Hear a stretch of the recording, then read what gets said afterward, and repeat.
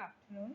I'm Bhavna, Faculty School of Finance and Commerce from Gulgutias University is going to give a presentation on the topic Markowitz Theory. Let us first understand the central concept of Markowitz modern portfolio theory.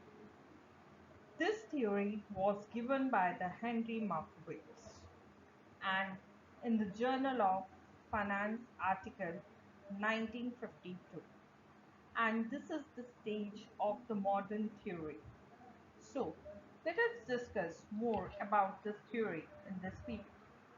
In 1952, the Harry Markowitz he presented an essay on the modern portfolio theory, which he had received for a Nobel Prize in economics.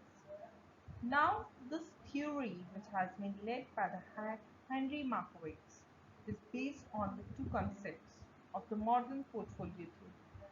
The first concept is that any investor goal is to maximize the return for any given level of risk. And the second one is the risk can be reduced when we are going to create a diversified portfolio of unrelated assets.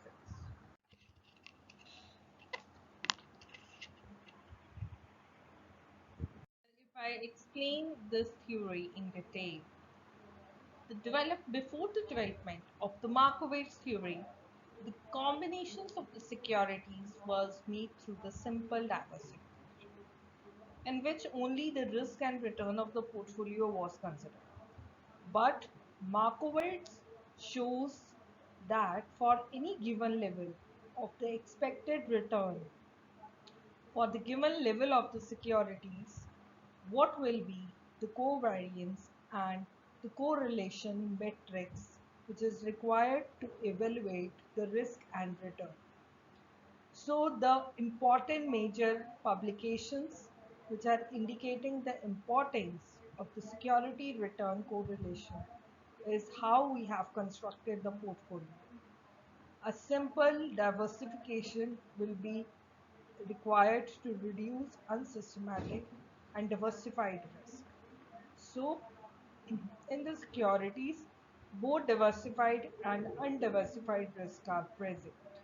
Further in this theory, the Henry Markowitz he explained that unsystematic risks are supposed to be independent in each security, and many research studies were also being laid down on the basis of the diversification of the securities. But it has been finding out that too much diversification will not lead the expected returns. So some experts have suggested that at random if we make the diversification, it is not going to bring up the expected return results. So the diversification is therefore it is related more to the industries and which are not related with each other. So this is an important thing. And also while making the diversification, the actual benefit can be released when we are making the investment in the portfolio in the different sectors of the industries. Henry Markowitz he stated the systematic risk which can be reduced by the simple diversification, and the research studies have shown that how the investors would spread his investment, but he should not spread his investment in too many investment options because it ultimately leads to a superfluous diversification.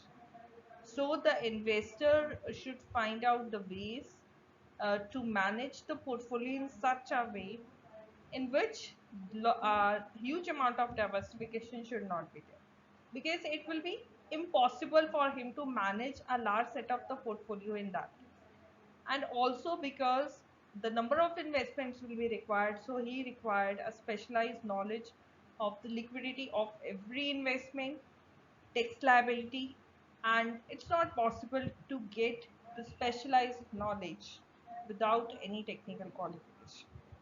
Next are the assumptions. As we know that the market is efficient and all the investors should have a knowledge about all the facts of the stock market. So the investor should continuously make a superior return, and it should indicate the past behavior of the stock, by the technical analysis, by the fundamental analysis, and also by finding out the intrinsic value of the shares. So all the investors, we believe that they are lying in the same category, and all the investors, before making an investment which is having a common goal, they should avoid the risk because it is a risk adverse.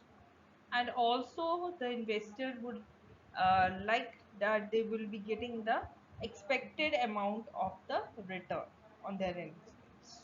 There are some few more assumptions. The next assumption is the Markowitz here bring out the theory in order to find that how the security returns are correlated to each other.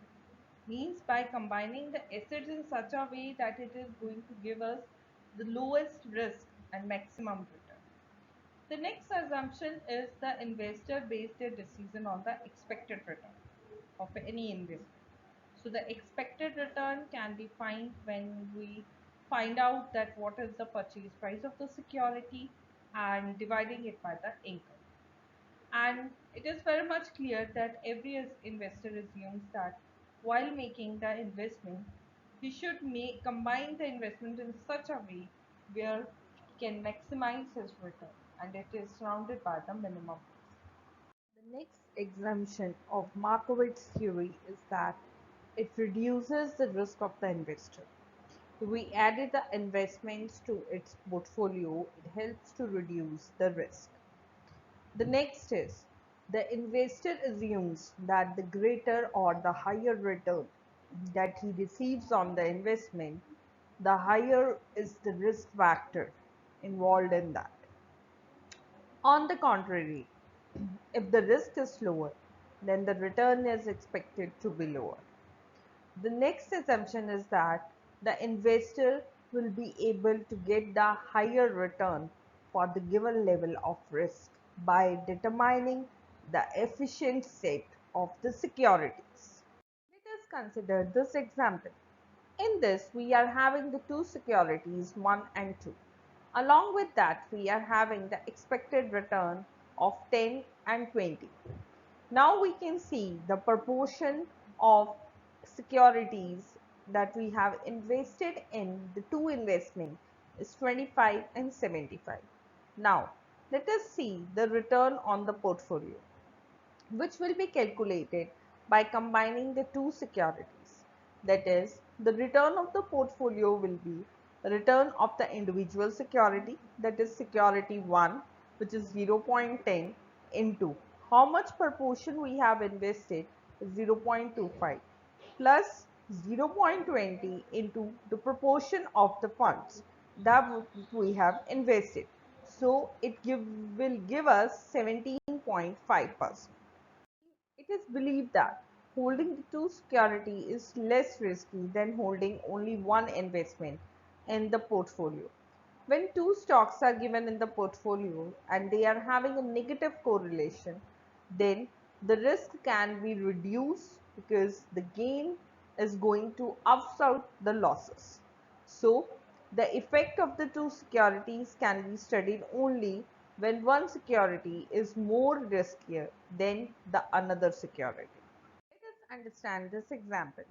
In this example, we are having the return percentage in stock A and B, that is 7 or 10 with respect to A, and in B it's 13 or 5.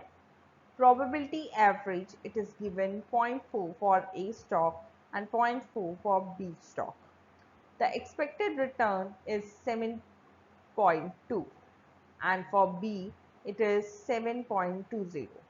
They have also given us the variance and standard deviation, which is 4 and 2 for the stock A, and for the stock B it is 6 and 4.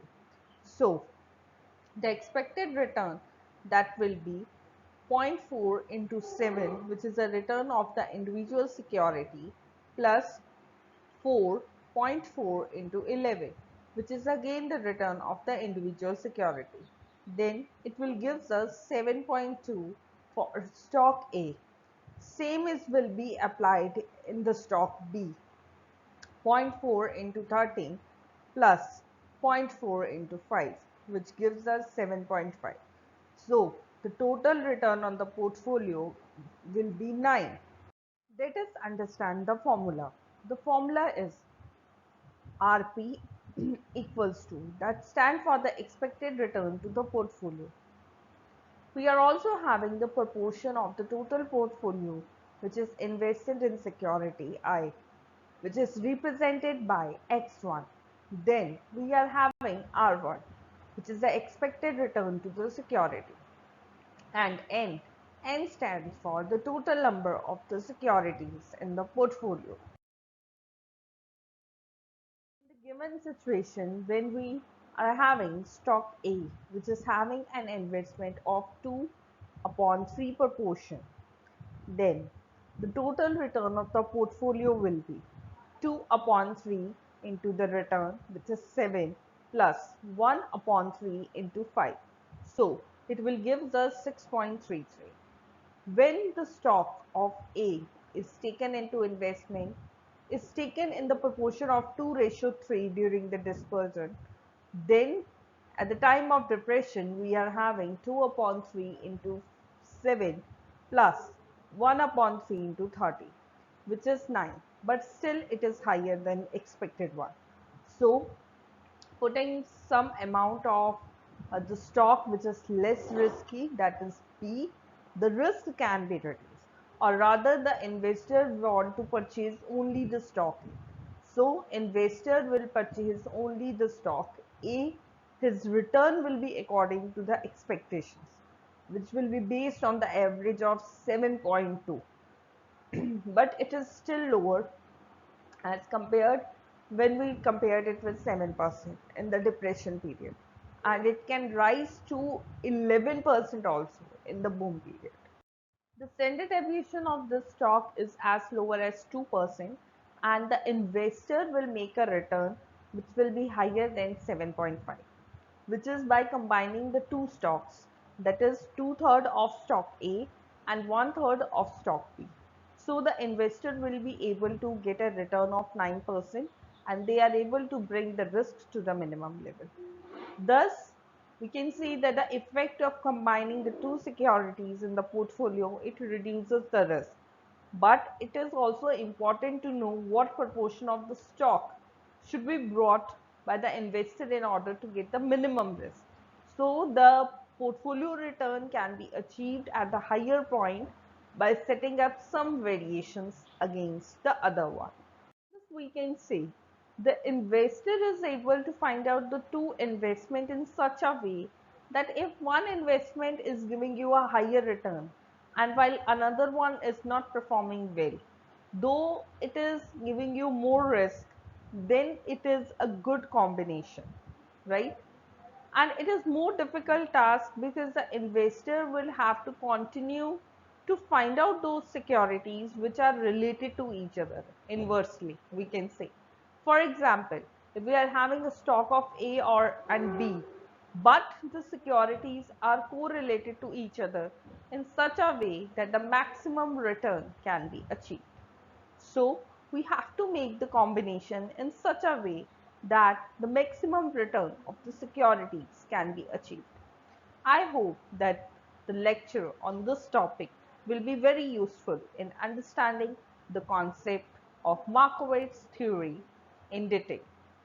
And also we are able to learn that how the modern concept of the Markowitz theory is helpful in determining the value of the portfolio's return.